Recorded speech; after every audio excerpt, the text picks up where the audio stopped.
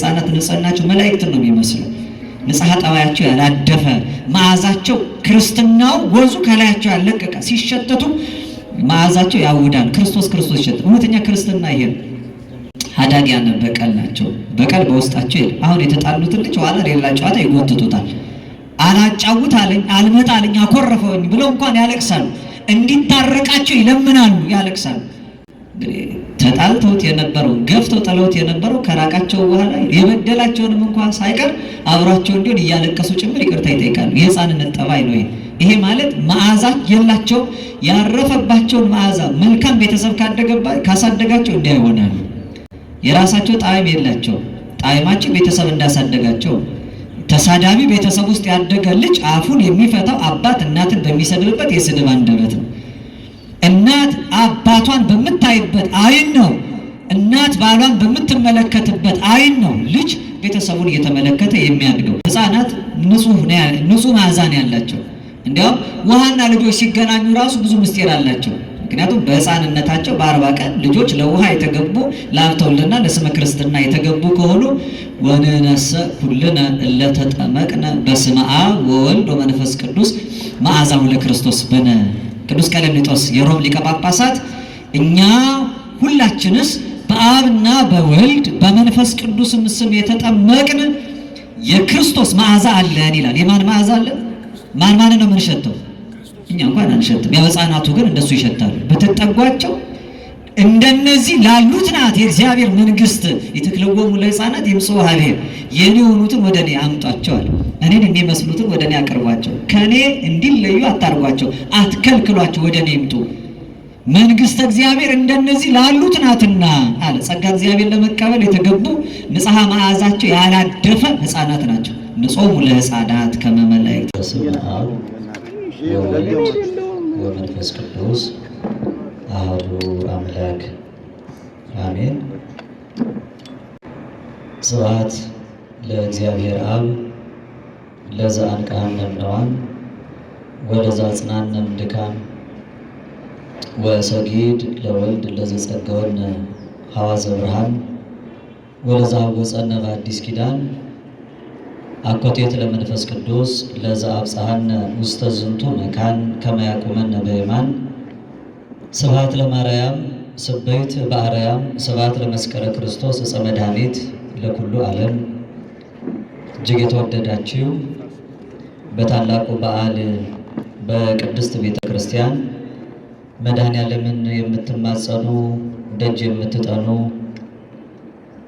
አይንተ እግዚአብሔር አበው ካህናት፣ ሊቃውንተ ቤተ ክርስቲያን፣ መምህራን፣ መለኮታዊ ለሆነው ምስጢር ላይካን የምትሆኑ ወንድሞቼ ዲያቆናት፣ ቅዱሰ ባህሪ ንጹሐ ባህሪ ልዑለ ባህሪ እግዚአብሔር አምላክ የሚወዳችሁ የምትወዱት ምእመናን ምእመናት ሁላችሁም የእግዚአብሔር ቤተሰቦች እንደምን ሰነበታችሁ?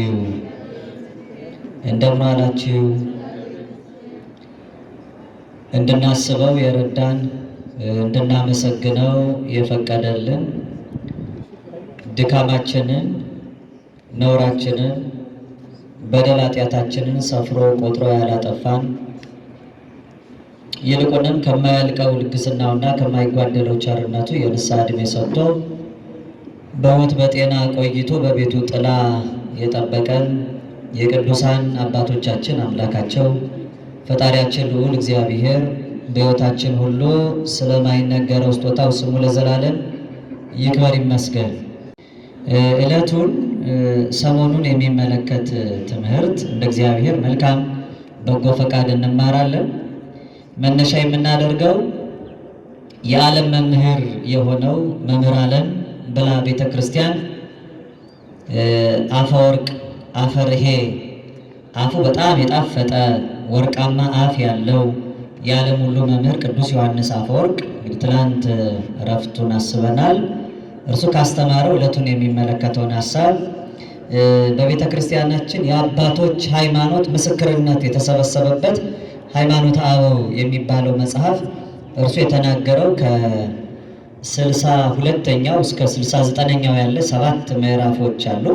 ከዚህ ውስጥ ከኔ ጋራ 67ኛው ምዕራፍ 40ኛው ቁጥር ላይ ያስተማረውን ትምህርት መነሻ አድርገን በጥቂቱ እንመለከታለን። ወለነሂ አዲ ለቤተ ክርስቲያን ሰሃበነ ሀቤሁ በከዊኖቱ ርእሰ ዚአነ እስመ ውስተ መካን ሀብሃሎ ርእስ ህየ ይሄሉ ስጋ። እኛንና ቤተ ክርስቲያንን ገዣችን ስለሆነ እግዚአብሔር ወደ ራሱ አቀረበን። ራስ ባለበት በዚያ ህዋሳት ይኖራሉና ብሏል። ይሄንን ጥንተ በዓለ ዕርገቱ በሚታሰብበት የስንክሳር መጽሐፍም ላይ ሊቃውንቱ አስቀምጠውታል። ምንጩ ይሄ ክፍል ነው። ከኔ ጋራ የዚህ መጨረሻ ላይ የተናገርኩትን ኃይለ ቃል የትምህርታችን መነሻ ርዕስ እናደርጋለን።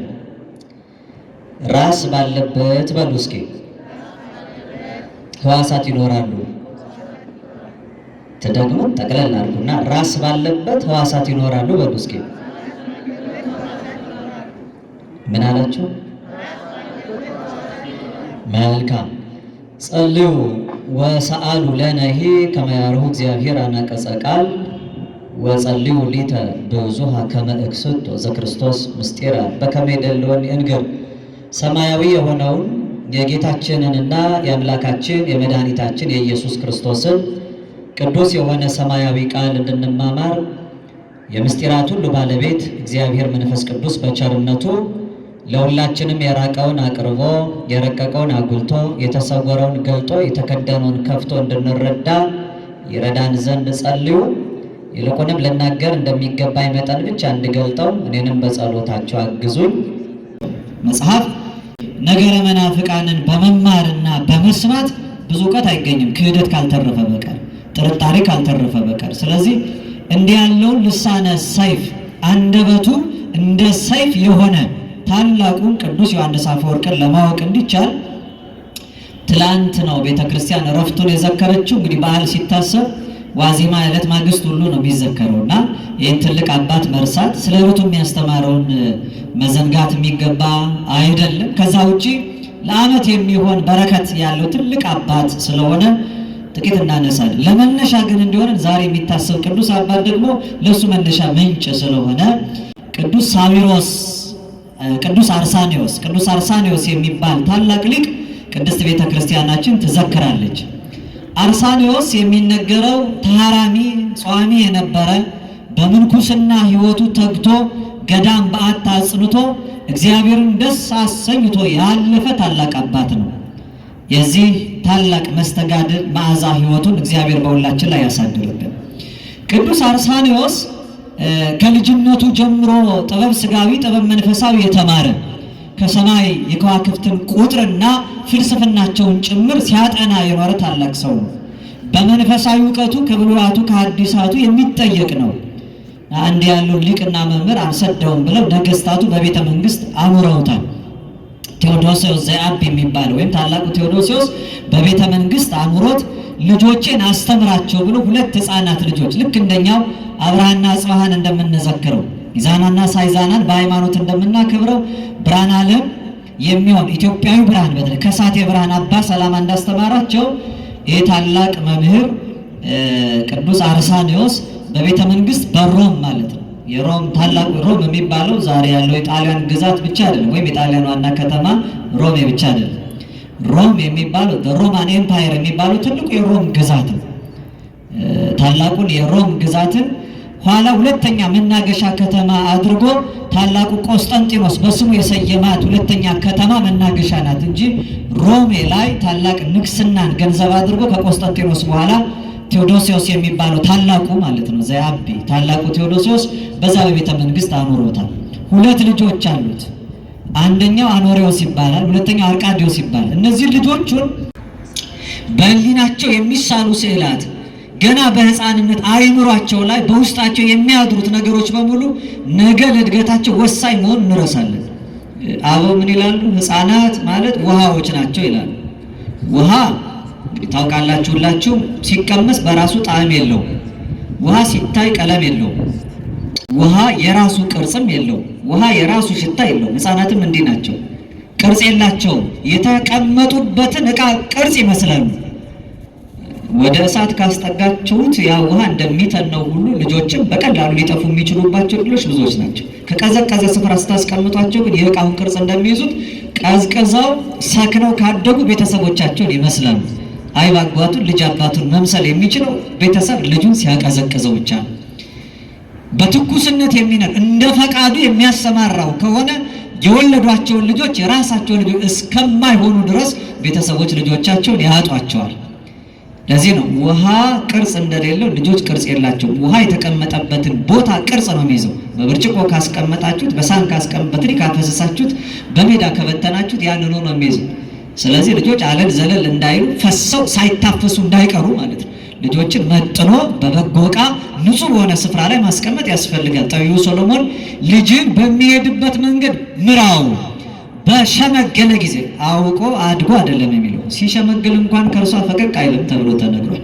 ውሃ የራሱ ቅርጽም የለውም። ውሃ የራሱ ሽታ የለውም። ሕፃናትም እንዲህ ናቸው፣ ቅርጽ የላቸውም። የተቀመጡበትን ዕቃ ቅርጽ ይመስላሉ። ወደ እሳት ካስጠጋችሁት ያ ውሃ እንደሚተነው ሁሉ ልጆችም በቀላሉ ሊጠፉ የሚችሉባቸው ዕድሎች ብዙዎች ናቸው። ከቀዘቀዘ ስፍራ ስታስቀምጧቸው ግን የዕቃውን ቅርጽ እንደሚይዙት ቀዝቅዘው ሰክነው ካደጉ ቤተሰቦቻቸውን ይመስላሉ። አይብ አባቱን ልጅ አባቱን መምሰል የሚችለው ቤተሰብ ልጁን ሲያቀዘቅዘው ብቻ ነው። በትኩስነት የሚነር እንደ ፈቃዱ የሚያሰማራው ከሆነ የወለዷቸውን ልጆች የራሳቸውን ልጆች እስከማይሆኑ ድረስ ቤተሰቦች ልጆቻቸውን ያጧቸዋል። ለዚህ ነው ውሃ ቅርጽ እንደሌለው ልጆች ቅርጽ የላቸውም። ውሃ የተቀመጠበትን ቦታ ቅርጽ ነው የሚይዘው። በብርጭቆ ካስቀመጣችሁት፣ በሳህን ካስቀመጣችሁት፣ ካፈሰሳችሁት፣ በሜዳ ከበተናችሁት ያንኑ ነው የሚይዘው። ስለዚህ ልጆች አለል ዘለል እንዳይሉ ፈሰው ሳይታፈሱ እንዳይቀሩ ማለት ነው። ልጆችን መጥኖ በበጎ ዕቃ ንጹህ በሆነ ስፍራ ላይ ማስቀመጥ ያስፈልጋል። ጠቢቡ ሶሎሞን ልጅን በሚሄድበት መንገድ ምራው፣ በሸመገለ ጊዜ አውቆ አድጎ አይደለም የሚለው ሲሸመግል እንኳን ከእርሷ ፈቀቅ አይልም ተብሎ ተነግሯል። ውሃ የራሱ ቅርጽም የለውም። ውሃ የራሱ ሽታ የለውም። ሕፃናትም እንዲህ ናቸው፣ ቅርጽ የላቸውም። የተቀመጡበትን ዕቃ ቅርጽ ይመስላሉ። ወደ እሳት ካስጠጋችሁት ያ ውሃ እንደሚተነው ሁሉ ልጆችም በቀላሉ ሊጠፉ የሚችሉባቸው ዕድሎች ብዙዎች ናቸው። ከቀዘቀዘ ስፍራ ስታስቀምጧቸው ግን የዕቃውን ቅርጽ እንደሚይዙት ቀዝቅዘው ሰክነው ካደጉ ቤተሰቦቻቸውን ይመስላሉ። አይብ አባቱን ልጅ አባቱን መምሰል የሚችለው ቤተሰብ ልጁን ሲያቀዘቅዘው ብቻ ነው። በትኩስነት የሚነር እንደ ፈቃዱ የሚያሰማራው ከሆነ የወለዷቸውን ልጆች የራሳቸውን ልጆች እስከማይሆኑ ድረስ ቤተሰቦች ልጆቻቸውን ያጧቸዋል። ለዚህ ነው ውሃ ቅርጽ እንደሌለው ልጆች ቅርጽ የላቸውም። ውሃ የተቀመጠበትን ቦታ ቅርጽ ነው የሚይዘው። በብርጭቆ ካስቀመጣችሁት፣ በሳህን ካስቀመጣችሁት፣ ካፈሰሳችሁት፣ በሜዳ ከበተናችሁት ያንኑ ነው የሚይዘው። ስለዚህ ልጆች አለል ዘለል እንዳይሉ ፈሰው ሳይታፈሱ እንዳይቀሩ ማለት ነው። ልጆችን መጥኖ በበጎ ዕቃ ንጹህ በሆነ ስፍራ ላይ ማስቀመጥ ያስፈልጋል። ጠቢቡ ሶሎሞን ልጅን በሚሄድበት መንገድ ምራው፣ በሸመገለ ጊዜ አውቆ አድጎ አይደለም የሚለው ሲሸመግል እንኳን ከእርሷ ፈቀቅ አይልም ተብሎ ተነግሯል። ሕፃናት ንጽሕናቸው መላእክትን ነው የሚመስለው። ንጽሐ ጠባያቸው ያላደፈ መዓዛቸው ክርስትናው ወዙ ከላያቸው ያለቀቀ ሲሸተቱ መዓዛቸው ያውዳል። ክርስቶስ ክርስቶስ ይሸት። እውነተኛ ክርስትና ይሄ ነው። ሀዳጊያነ በቀል ናቸው። በቀል በውስጣቸው የለም። አሁን የተጣሉትን ልጅ ኋላ ሌላ ጨዋታ ይጎትቱታል። አላጫውት አለኝ፣ አልመጣ አለኝ፣ አኮረፈኝ ብለው እንኳን ያለቅሳሉ። እንዲታረቃቸው ይለምናሉ፣ ያለቅሳሉ። ተጣልተውት የነበረው ገፍተው ጥለውት የነበረው ከራቃቸው በኋላ የበደላቸውንም እንኳን ሳይቀር አብሯቸው እንዲሆን እያለቀሱ ጭምር ይቅርታ ይጠይቃሉ። የሕፃንነት ጠባይ ነው ይሄ። ይሄ ማለት መዓዛ የላቸው ያረፈባቸውን መዓዛ መልካም ቤተሰብ ካሳደጋቸው እንዲያ ይሆናሉ። የራሳቸው ጣዕም የላቸው። ጣዕማቸው ቤተሰብ እንዳሳደጋቸው። ተሳዳቢ ቤተሰብ ውስጥ ያደገ ልጅ አፉን የሚፈታው አባት እናትን በሚሰድብበት የስድብ አንደበት ነው። እናት አባቷን በምታይበት ዓይን ነው። እናት ባሏን በምትመለከትበት ዓይን ነው ልጅ ቤተሰቡን እየተመለከተ የሚያድገው። ምን ይላሉ አበው? ሊቀ ነቢያት ሙሴን እግዚአብሔር አምላክ ብዙ ጊዜ በአንደበት ተነጋገረው። ከዚያ በኋላ ሙሴ ምን አለ? እግዚአብሔርን ፊትን አሳየኝ አለ። ፊትን አሳየኝ፣ እንዲህ በንግግር በቃል የሰማሁትን በዓይኔ ላይ ወዳለሁ አለው። ከዚያ በኋላ እግዚአብሔር ሙሴን ምን አለው? ፍጥረት አይቶኝ አይድንም አለው። ፍጥረት አይቶኝ ምን አይልም?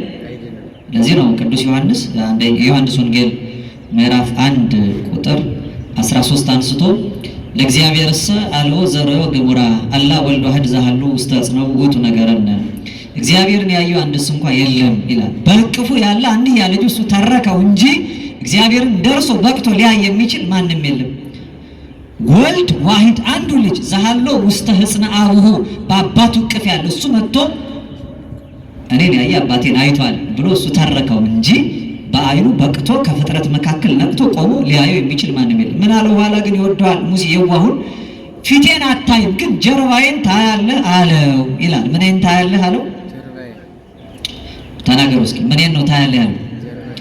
ጀርባዬን። ምን ማለት ነው ሲሉ ጀርባ ኋላ ማለት ነው። ስለዚህ በኋላኛው ዘመን በዘመነ ስጋዌ በታቦር ተራራ ታየኛለህ ማለቱ ነው። አንድ ሁለተኛ ጀርባዬን ታያለህ ማለት ጀርባ የልጆች ማኖሪያ ነው። ጀርባ ልጅ ይታዘላል አይደል? አታውቁም አይደል? እናቶች ጀርባ ነው የሚታዘለው ልጅ ድሮ። ዛሬ የት ነው የሚታዘለው? ቁም ነገራችን እሱ ላይ ልጅ የሚታዘለው ዛሬ የት ነው? በአንቀልባ በጀርባ። አንቀልባ ራሱ ምን እንደሆነ ብዙ ሰው ያውቃል። ልጅ በደረት ነው መሰለኝ። አሁን ዛሬ ሱቅ በደረቴ ነበር የሚባለው፣ ልጅ በደረቴ ነው መሰለኝ። ልጅን በደረቱ ነው የሚያሳድገው። ከዛ የጥንት ልጆች ቤተሰብ ነው የሚከተሉት። አባት ከፊት ልጅ ከፊት፣ አባት ከፊት እናት ከፊት ልጅ ከኋላ። እንደሆነ ነገር እንኳን ቢያደናቀፋት እናት እኔን ያስቀድም ማለቷ ነው። የዛሬው ትራስ ነው የምታደርገው መሰለኝ ልጅ መከላከያው ከፊት። ከዚያ እናቱን እያየ ነው የሚያድገው። ሀፊረ ገጽም የለውም። ቀና ቀና ብሎ ያያል። ስትቆጣ አያፍርም፣ አንገቱን አያቀረቅርም። ልጆች አይታችሁ ከሆነ አሁን እዚህ እናያለን። ቤተ መቅደስ ለቁርባን ሲመጡ ሲያለቅሱ ተው ሲሏቸው ሲያስቸግሩ ሊመቷቸው ሲሉ መልሰው ቤተሰባቸውን የሚመቱ ልጆች ማለት ነው።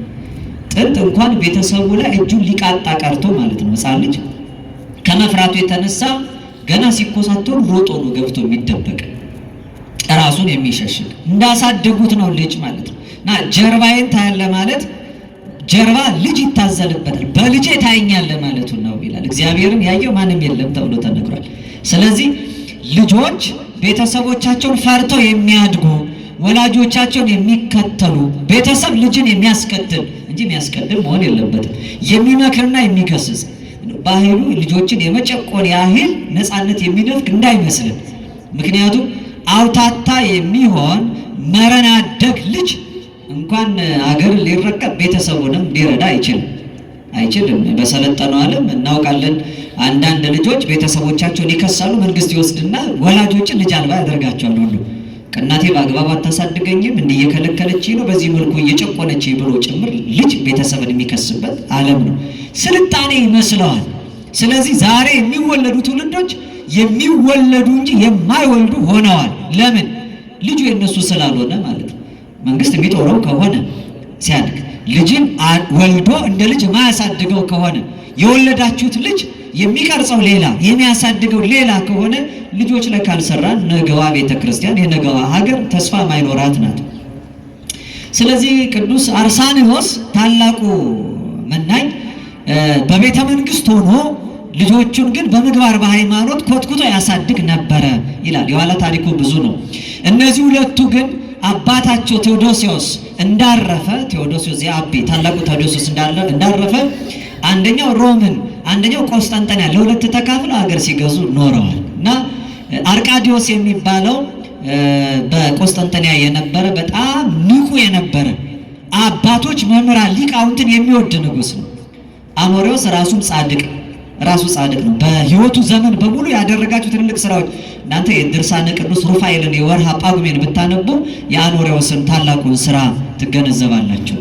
ኋላ እነ ቴዎፍሎስ በተነሱበት ዘመን እርሱ ካደረጋቸው በጎ ስራዎች የተነሳ እንዴት በንጽህና በቅድስና ከማደጋቸው ኋላ ለሚነሱ ክርስቲያኖች በተስፋ እግዚአብሔር ስራ እንደሰራባቸው አኖሬዎስና አርቃዲዮስ አብረው ሲኖሩ አውዶክሲያ የምትባል ሚስት አግብቶ አርቃዲዮስ በቆስጠንጤንያ ይኖር ነበረ። የዛሬው ቅዱስ አርሳንዮስ ያሳደገው አርቃዲዮስ ማለት ነው። ከአውዶክሲያ ጋር አብረው ሲኖሩ ሁለቱም እግዚአብሔርን የሚፈሩ እንደ ሕጉ የሚያድሩ ነበሩ። አውዶክሲያ አርቃዲዮስም ማለት ነው።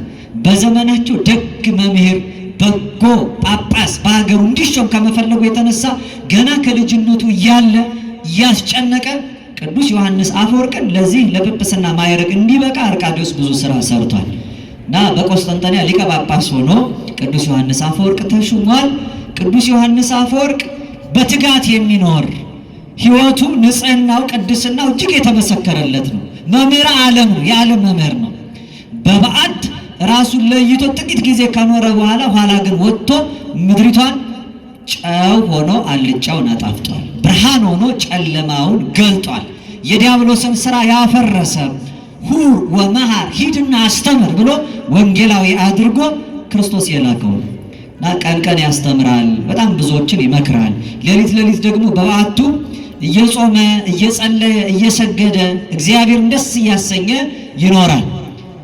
ከሌሊቶቹ መካከል በአንዲቷ ሌሊት ይላል እምነ ለያሊ በአሐቲ ሌሊት፣ ከአንዲቷ ከሌሊቶቹ መካከል በአንዷ ሌሊት ድንገት ወድቆ እየተነሳ እግዚአብሔርን እየለመነ እየተማጸነ እያለ ግርማው የሚያስፈራ ብርሃናዊ መልአክ ዮሐንስ አፈወርቅ ፊት ታየው። ያን ጊዜ ዮሐንስ አፈወርቅ እሱን ማየት አቃተውና ደንግጦ ወደቀ። ተንስ ወኢትፍራ ኦ ፍቁረ ዳንኤል ሐዲስ፣ አዲሱ ዳንኤል የኔ ወዳጅ ተነስ አትፍራ አለው ያ መልአክ። ዳንኤል አይደለው እኔ ዮሐንስ ነኝ ነው የሚለው አፈወርቅ ዮሐንስ። አጸናው፣ አበረታው። ትላንት ታውቃላችሁ ዮሐንስ አፈወርቅ ያረፈበት ዕለት ነው። እንደገና ደግሞ ቅዱስ ሚካኤል ዳንኤልን በአንበሳ ጉድጓድ እያለ የረዳበት ቀን ነው። ሁለቱም አንድ ላይ ነው የሚታሰቡት በራሱ። አዲሱ ዳንኤል ተብሏል አፈወርቅ ቅዱስ ዮሐንስ። ልሳነ ጳውሎስ ተብሏል። የጳውሎስ አንደበት የተከናወነለት ሲጽፍ ሲያስተምር ሲገልጥ ቅዱስ ጳውሎስ መጥቶ የሚተረጉምለት ነበር። ካልገባ የጳውሎስ መልእክት ይሄ ምንድነው ትርጉም ና ጳውሎስ ገለጠልኝ እያለ ይጠራዋል። ቅዱስ ጳውሎስ መጥቶ አንደበቱን አንደበት እያደረገ ያጽፈው ነበር እየገለጠል። አይታችሁ ከሆነ አንዳንድ ጊዜ ቅዱስ ዮሐንስ አፈወርቅ በስዕል ሲሳል ቆሞ እየጻፈ ካጠገቡ አንድ ሰው ወደ ጆሮ ተጠግቶ ቆሞ ይሳላል። አንድ ቅዱስ ሰው ያ ቅዱስ ካጠገቡ የሚሳለው ታላቁ ቅዱስ ጳውሎስ ነው። ብርሃነ ዓለም የተባለ ህሩይ ነዋይ ምርጥ ዕቃው አንደበቱን አከናውኑ እንዲናገር ጳውሎስ ያስተማራቸው እነዚያን መልእክታት በሙሉ ፍካሬ ምስጢራቱን ገልጦ ያስተምር የነበረው ይሄ ሊቁ ቅዱስ ዮሐንስ አፈወርቅ ነው። በዕለቱ ግን ስሙን አዲሱ ዳንኤል ብሎ መልአኩ ገለጠ። አትፍራ ተነስ የኔ ወዳጅ አንተ አዲሱ ዳንኤል አለው። ቅዱስ ዮሐንስ አፈወርቅ በሕይወቱ ዳንኤልን መስሏል። ዳንኤል ትልቅ ነቢይ ነው ታውቃላችሁ። ከአራቱ አበይት ነቢያት መካከል መጨረሻ ላይ መልእክት የጻፈው ወይም ትንቢት የተናገረው ታላቁ ነቢይ ዳንኤል ነው። ዳንኤል ናቡከደነጾር የረሳውን ህልም ከዳርዮስ ዘንድም ደግሞ የነበረውን ጭንቅ በሙሉ ሲፈታ የነበረ ነው። መፈከረ ህልም ነው፣ ምስጢር የፈታ ነው። የተሰወረ የጠፋውን ነገር ድጋሚ ያገኘ ነው። አንድ ሰው ህልም አይቶ ህልም ፈቺ ዘንድ ሄዶ ይሄንን ህልም ፍታልኝ ይላል። ናቡከደነጾር ግን ህልም አይቶ ህልሙንም ረስቶ ነበር የሚኖረው እና ያየውንም የረሳውን ህልም አስታውሶ ምስጢሩን ጨምር ተምትኖ የነገረው ዘመኑን የነገረው የክርስቶስን መምጣት በሙሉ በናቡከደነጾር ህልም ውስጥ የተረጎመ ታላቅ ነቢይ ነው። የጠፋውን ያስገኘ የተሰወረውን የገለጠ ራእየ ህወሓት ምስጢሩን የተመለከተ ታላቅ ሰው ነው ዳንኤል። አዲሱ ዳንኤል የተባለው እሱ እንደዚያ ነው። ከመጽሐፍ ቅዱሳችን ክፍል መካከል እኛ በምንጠቀምበት ብዙዎቻችን እጅ ባለው 80 ዋህዱ በምንለው 8ቱን የሥርዓት መጻሕፍት ባላካተተው ማለት ነው። በዚህ መጽሐፍ ውስጥ የመጽሐፉ መነሻ ዘፍጥረት ነው፣ መድረሻው ደግሞ ዮሐንስ ራእይ ነው። የዮሐንስ ራእይ የሚባለው መጽሐፍ ከዓለም ላይ በጠፋ ጊዜ ያንን እግዚአብሔር መንፈስ ቅዱስ ገልጦለት ከመጀመሪያው ምዕራፍ እስከ 2ኛው መዳረሻ ያለውን በሙሉ ዘግቦ ቁጥር 21 ድረስ የጻፈው ይሄ ታላቅ ሰው ነው። ቁጥር 16 እዛው የዮሐንስ ራእይ ምዕራፍ 22 ቁጥር 16 ላይ ነው የሚያበቃው። ከዚያ በኋላ ያለው የራሱ ምስክር ነው፣ የዮሐንስ አፈወርቅ ምስክርነት ነው። ምክንያቱም እግዚአብሔርም አለ አነ ውእቱ ክርስቶስ ዘፈነውኩ መላኬ ከመ ያስም ዘንተ ለአብያተ ክርስቲያናት፣ ይሄን ለአብያተ ክርስቲያናት እንዲናገር መልአኬን የላኩ እኔ ክርስቶስ ነኝ። አነ ውእቱ ዘር ዘምስሮ ዳዊት፣ የዳዊት ዘርና ስር እኔ ነኝ። አነ ውእቱ ኮከበ ብርሃን ጸባሃዊ፣ እኔ የአጥቢያ ኮከብ ነኝ። ጸባሃዊ የሚለው መዝጊያ ነው፣ ከዚህ በኋላ የለም። ከዛ ይሄንን አይቷል ዮሐንስ፣ ይሄን ደግሞ እውነት ነው የእሱ ቃል ነው እያለ እየመሰከረ አትሞ ያስቀመጠው ዮሐንስ እንደተናገር የሰጠ ምስክርነት ከዚያ በኋላ ያለው ይሄን አንድነት ሰንዶ ያስቀመጠ ጠፍቶ የነበረውን በፍጥሞን ደሴት ዮሐንስ ያየውን ያንን ትልቁ ራእይ እንግዲህ ያለፈ ያለ ሊመጣ ያለው በሙሉ ተካቶ በመጽሐፍ ማይተም ሆኖ የተገለጠበትን ታላቁን የዮሐንስን አንደበት አድርጎ ያስቀመጠ ነው። ስለዚህ የተሰወረውን ምስጢር የሚያይ እንደ ዳንኤል የጠፋውን በሙሉ ያስገኘ ስለነበረ አዲስ ዳንኤል ተብሏል። ዳንኤል ጿሚ ተሐራሚ ነው። ታውቃላችሁ ናቡከደነጾር ሶስቱን ሕፃናትና ዳንኤልን ካመጣ በኋላ ጥበብን እየተማሩ በቤተ መንግስት ከባቢሎን ምርኮኞች መካከል ተለይተው በቤተ መንግስት እንዲያድጉ አድርጓቸዋል። ዳንኤል ግን ይህን የረከሰ ምግብ ከንጉሱ የመጣውን አንበላም ብሎ መስኮቱን በምስራቅ በኩል ወደ ኢየሩሳሌም ከፍቶ እየጸለየ ይኖር የነበረ ሰው ነው። ቅዱስ ዮሐንስ አፈወርቅም እንደዚያው ነው። የሚበላውን ምግብ በወርቅ ሚዛን መዝኖ በእጆቹ መዳፍ መጥኖ ይላል። ወኮነ ሲሲቱ ከመሲሲተ ኦፍ፣ ምግቡ እንደ ወፍ ጥሬ ትንሽ ነበር። ገብስ ሳይመርጥ ከነአሰሩ ይበላ ነበረ። እየሰማችሁ ነው? ገብስ ሳይመርጥ ከነምኑ ይበላ ነበር። የዛሬው ታላቁ አባት ቅዱስ አርሳኔዎስ ወደ ገዳም ግብጽ ገዳም ኋላ ከገባ በኋላ እየጠረጠረ ይበላ ነበር። አሁን ባቄላ ታውቃላችሁ አይደል? ገለባውን ከላዩ ላይ እየጣለ ከውስጥ ይበላል። አንድ መናኝ ሰው ደግሞ የላመ የጣመ ብሎ አሰር ለይቶ ፍሬ ብቻ ለይቶ አይበላም። ያገኘውን ነው የሚበላው። የወደቀውን እንኳን ከላው ከምግቡ ቢፈረፈር መናኝ እስከሆነ፣ መናኝ ማለት የተናቀ ማለት ነው። የተናቀ የሚንቀው የለውም። የተናቀውን በሙሉ ይቀበላል ሰውነቱ።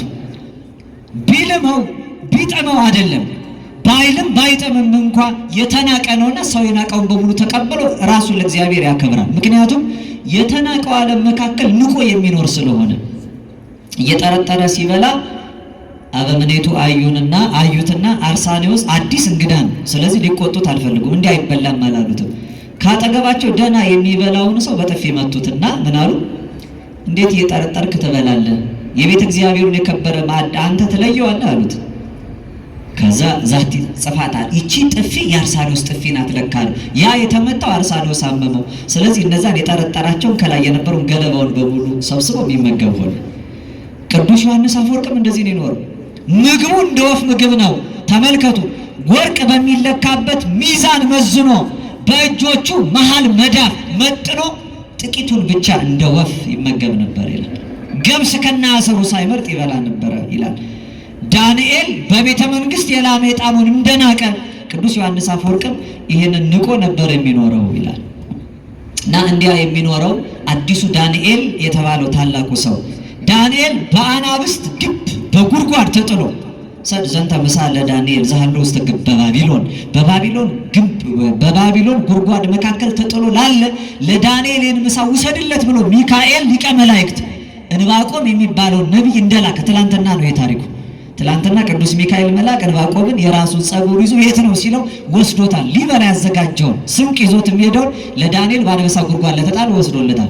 ዳንኤል ከዳሪዮስ አጣልተውት በጉድጓድ ተጥሏል።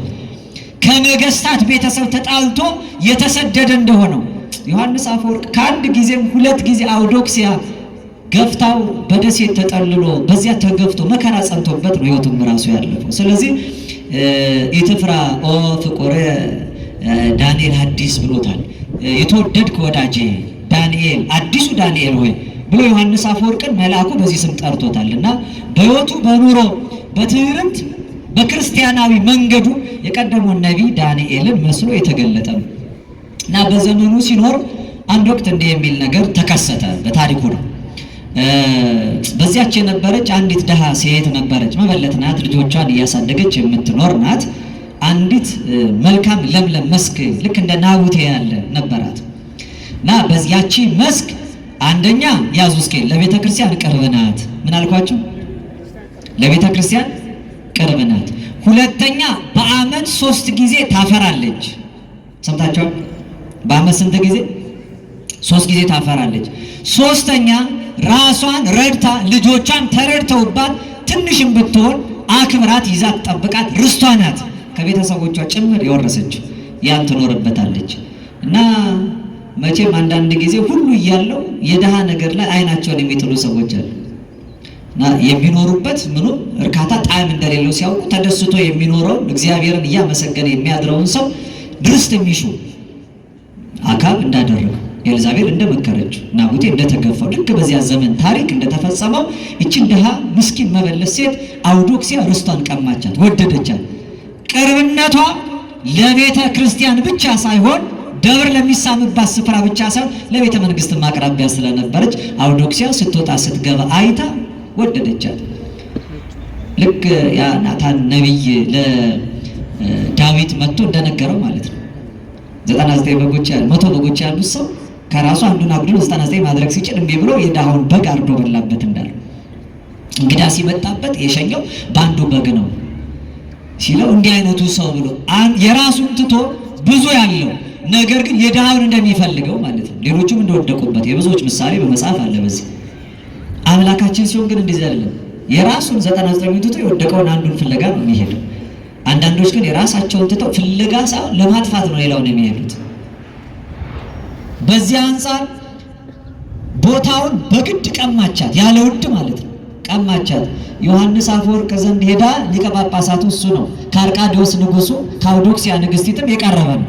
ስለዚህ አንተ እግዚአብሔር ሰው ነህ፣ በትምህርትህ ድሃውን የማትገፋ ነህ፣ ሁሉን እኩል የምታይ ነህ። ያው በቃ ክህነት መገለጫው ይሄ ነው። የእግዚአብሔር አገልጋይ መሆን መገለጫው ይሄ ነው። ያቺ በቀትር ውሃ ልትቀዳ የመጣችው አንዷን ሳምራዊ ሴት ሳይንቅ ክርስቶስ ተጠግቶ እንዳስተማረ ከአንዲት ሴት ጋር ብቻ ሲል ብዙ 5000 ህዝብ የለመደ እንግዲህ ተመልከቱ። ያን ሁሉ ገበያ ህዝብ በሙሉ መጥቶ ገበያ ፈቶ ህዝቡን ሰብስቦ ከአንድ ጉባኤ ከቶ የሚያስተምር ሰው አንዲቷን ሴት ደግሞ በጠራራ ፀሐይ ቆሞ እንደው ጊዜው እኮ ብዙ ለማውራት የሚመችም ማለት ሁለተኛ ደክሞታል፣ ተጠምቶ ተርቧል፣ የሚበላ እናምጣ ብለው ሐዋርያት ሄደው ነው የመጡት። በደከመው ሰዓት ስለሷ ህይወት ግን ተጨንቆ ውሃ በሚጠይቅ አንጻር ወሶበ ተአምሪ ጸጋው ለእግዚአብሔር ወመኑ ዘይሰለክ የሚለምንሽና የሚሰጥሽ ያለውን እግዚአብሔር ስጦታ ብታውቂ ትለምኘው ነበር ብሎ እየለመን እንድትለመኑ ልመናን አስተማራት።